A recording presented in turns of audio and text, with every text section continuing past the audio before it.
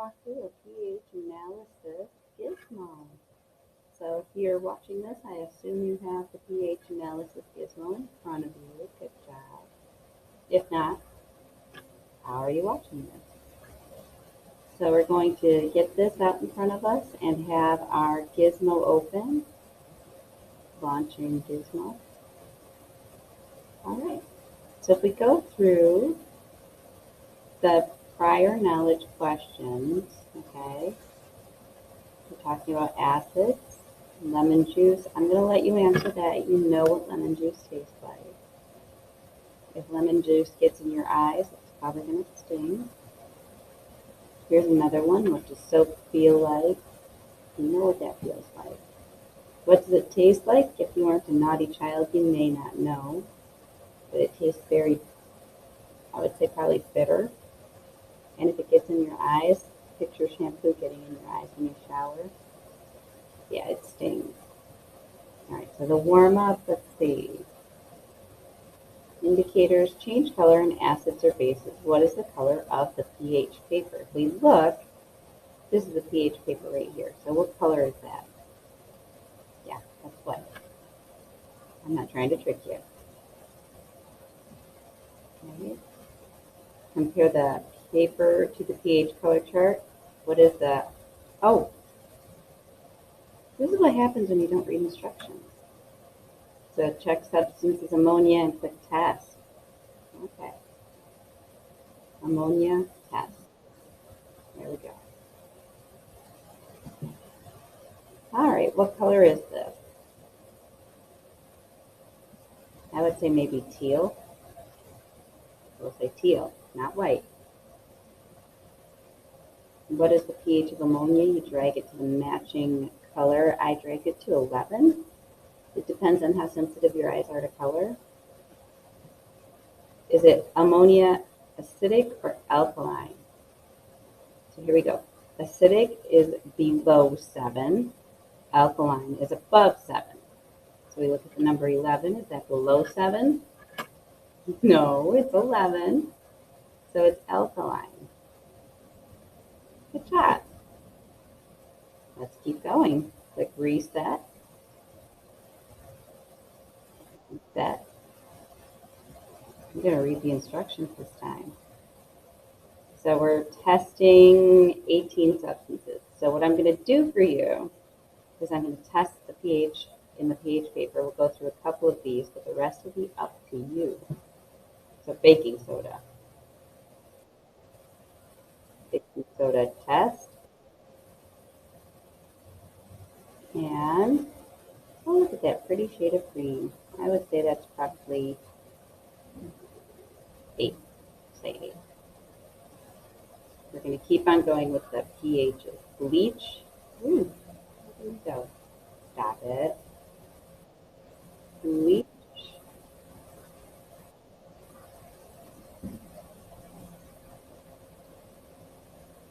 I'm going to reset and test again. So I wasn't sure if I actually switched it. I did. Okay, cool. So dragging this over where I think it goes, probably about 11. Coffee.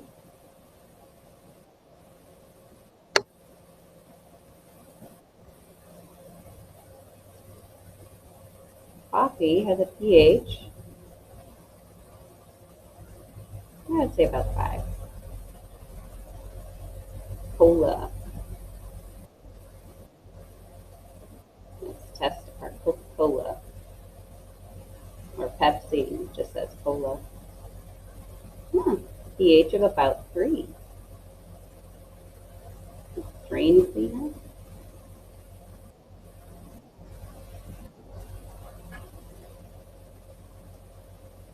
Whoa. Drain cleaner is no joke. That looks to be all the way down at 14. Some of you might look at that and see 13, and that's fine. Back to 14. Hand soap. Hand soap will probably be face big. At about, I'll say about a 10. Lemon juice.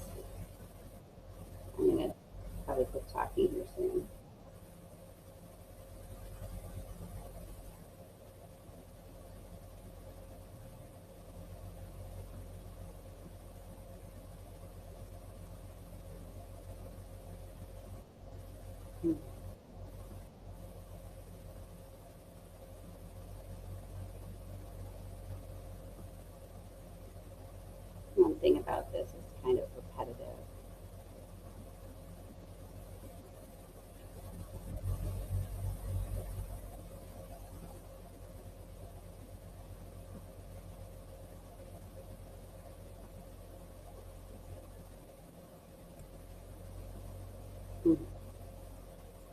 Testing all these things. I'd say it's a bit more fun to do this in the lab, but we'll call milk 7. That one's kind of hard to place. The rest of them look pretty easy to place so far. Oh, I did oven cleaner first. Oops. Ooh, that's all the way down here too, at a 14. I skipped one, if you're paying attention. So now we'll go back to milk magnesia, which is what you take when you have heartburn. And since it's what you take when you have heartburn, heartburn's caused by an acid, it makes sense that that's a base. All right, saliva. Something we'd never be able to test in the lab unless we put the pH paper on our tongue, and that's kind of gross. And that looks to be about a 7. Shampoo. If you're very carefully paying attention, you'll notice a trend with all the soaps.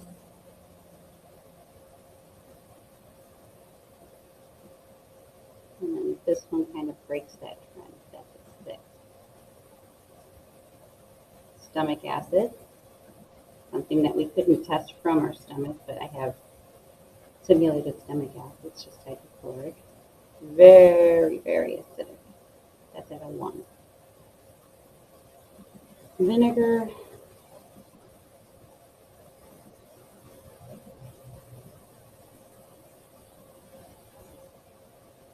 At a 4.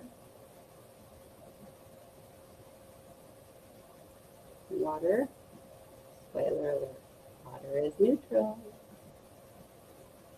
And if it's neutral, pH paper should be green 7. Ocean water. Let's see.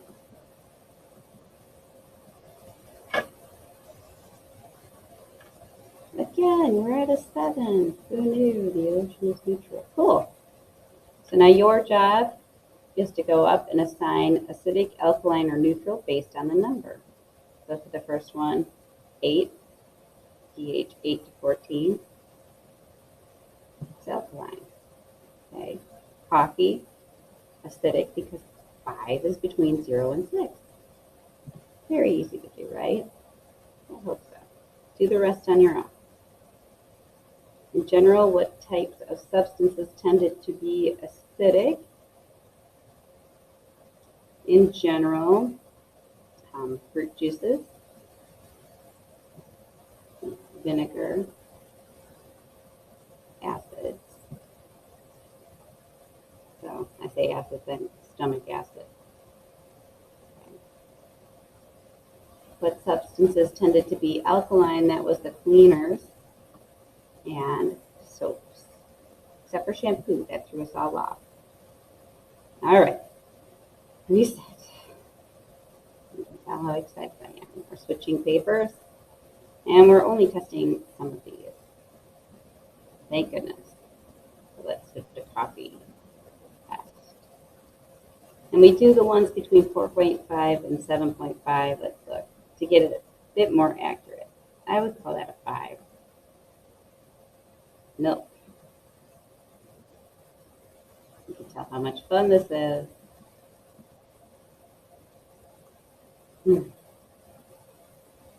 So if we look at it now, I think we said 7, but you can see it's actually 6.5. So it's a bit more accurate. And I don't have this pH paper in class. What was that, oven cleaner? Yep. Let's test that. And that looks to be all the way down at the 7.5. Just going to keep going. Saliva. Let's just test it. Come on, I'm being impatient. That looks to be about 6.5. We said 7. shampoo. Oh, see, look, I didn't read the instructions, so you're going to have to ignore this. Shampoo, because I'm not going back and redoing it. It's too early in the morning for that. That's quite twice you caught me not reading instructions. What do we have here? We have 6. Stomach acid.